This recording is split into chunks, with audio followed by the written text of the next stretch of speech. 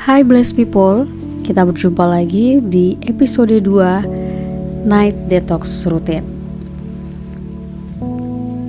Puji Tuhan ya, kita boleh bersama-sama berjumpa kembali.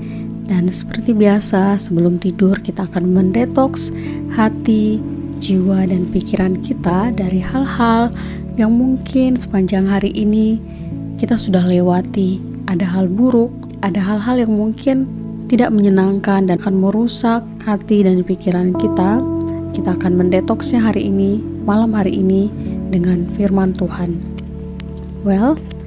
Obat kita malam hari ini, tema kita malam hari ini berjudul Menahan Hati. Kita akan membaca firman Tuhan terlebih dahulu dari Amsal 4 ayat 23 sampai 24. Amsal 4 ayat 23 sampai 24 berbunyi demikian. Jagalah hatimu dengan segala kewaspadaan, karena dari situlah terpancar kehidupan. Buanglah mulut serong daripadamu, dan jauhkanlah bibir yang dolak-dalik daripadamu. Blessed people, Alkitab beberapa kali menyinggung perihal menahan hati.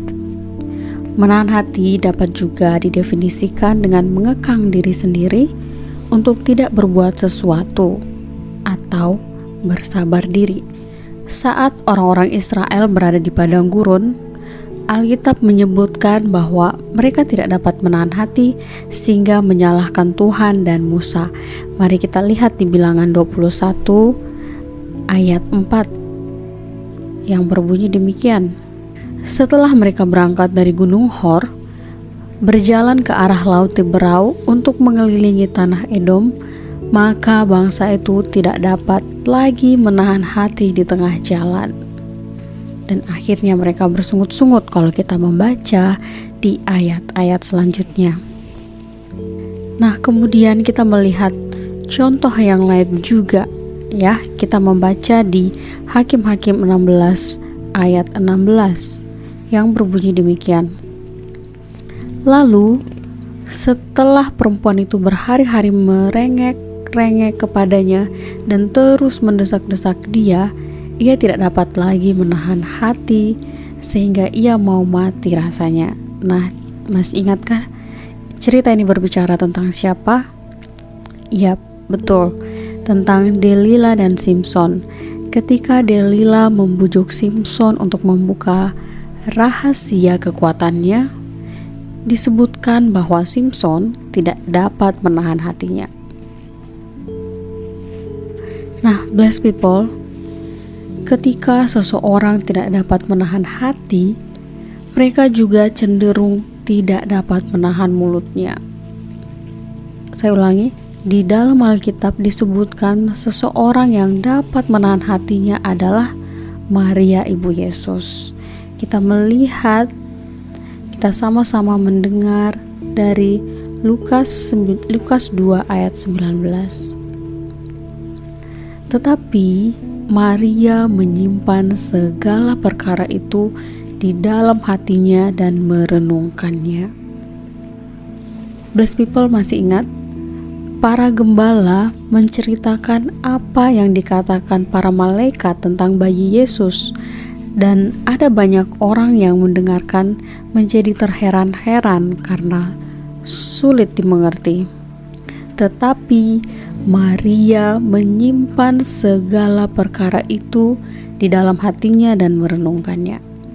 Wow, kita lihat ya, Maria tidak banyak berbicara dan menjadikannya bahan perenungan untuk dapat memahaminya. Menahan hati erat kaitannya dengan pengendalian emosi, terutama sangat berguna untuk emosi negatif. Nah, berkaitan dengan ini, ada sebuah cerita klasik ya, yang kita dengar dari negeri tirai bambu.